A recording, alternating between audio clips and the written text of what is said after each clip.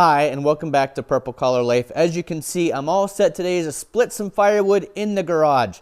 It's cold, it's rainy, it's dreary out, it's the middle of winter. What better thing to do than move everything into the garage to split the firewood? You can see I've got my stack of rounds. I've got the side-by-side ready to load the firewood into after it's split. I've got the Split Fire 2265 in here, nice and dry. Not a heated garage, but out of the elements. But it's not a good idea. A lot of people ask, is it okay to split firewood inside in the wintertime? And there are some ways that is possible. But if you've got a setup like mine with this Honda engine, it's not a good idea. That carbon monoxide will fill the garage up even with this garage door open, and it's potentially dangerous to your health.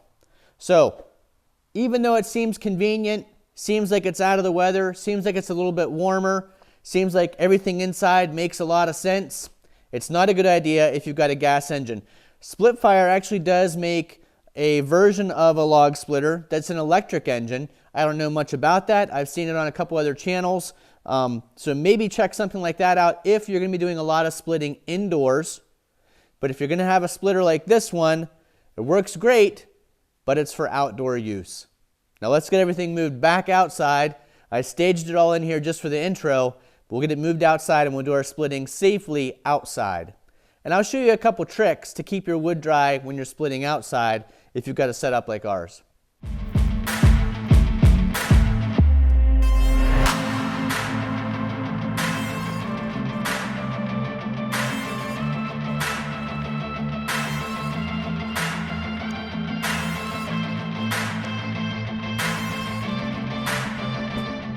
So you saw I moved everything outside into the driveway now, but I've kind of got things staged to make my work a little bit easier.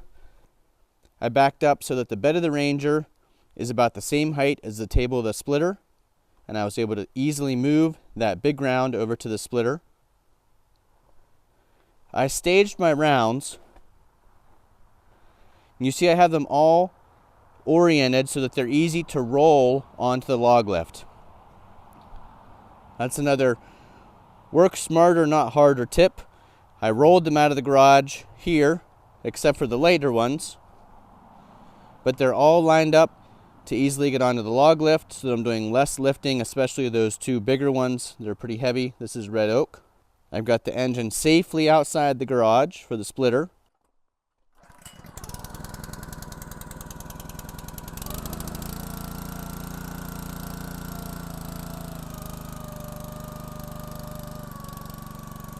Go ahead and let that warm up a minute, but you can see when the choke was set, the exhaust coming out. The entire time the splitter's running, there is exhaust coming out of that Honda engine, and that's why you do not want to run this indoors.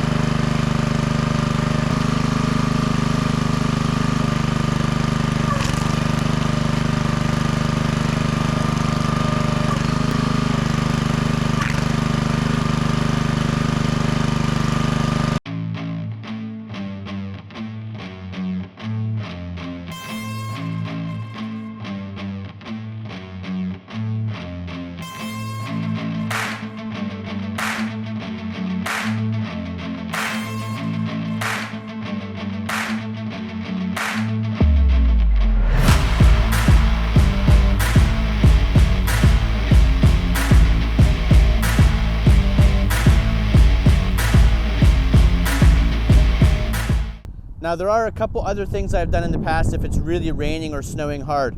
There's been a couple times that I've actually put the log splitter right here by the opening of the door, but still outside with the exhaust blowing this way, the log lift this way.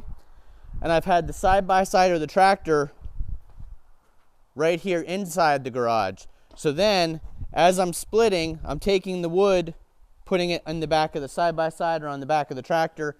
I'm actually under the overhang of the garage, the front overhang of the eaves. So it keeps me a little bit more dry. Yes, the log splitter's out in the rain, but it keeps that exhaust outside the garage and much safer to operate. And it keeps the firewood you're splitting a little bit more dry, even though it has to season out anyway, being in the back of something slightly inside the garage. I've done that same thing with the shed. I've opened both of the shed doors, pulled the log splitter outside the shed so that it's outside the frame of the shed and the exhaust is blowing out into the open air. And then I've put whatever I'm stacking the firewood into inside the shed so that I'm working just underneath that edge in a safe zone. Hopefully this video answers that question, because I see it a lot on forums. Is it okay to run my log splitter in my garage if my garage door is open? And it's really not a good idea. It's always best to move it outside.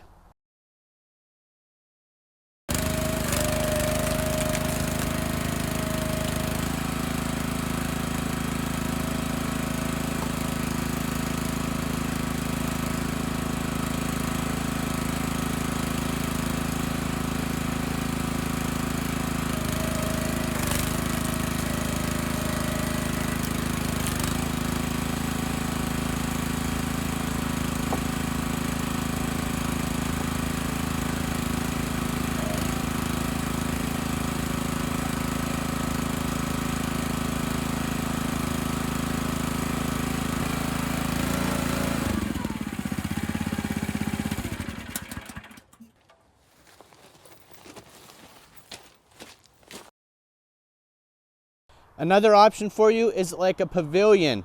If you had an outside pavilion that's covered but still open on all sides, I think that's a safer option to run your log splitter under cover but still in the open air.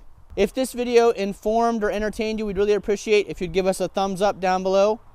If you're not already a subscriber, we'd love to have you follow us along here on Purple Collar Life, and we'll see you again the next time.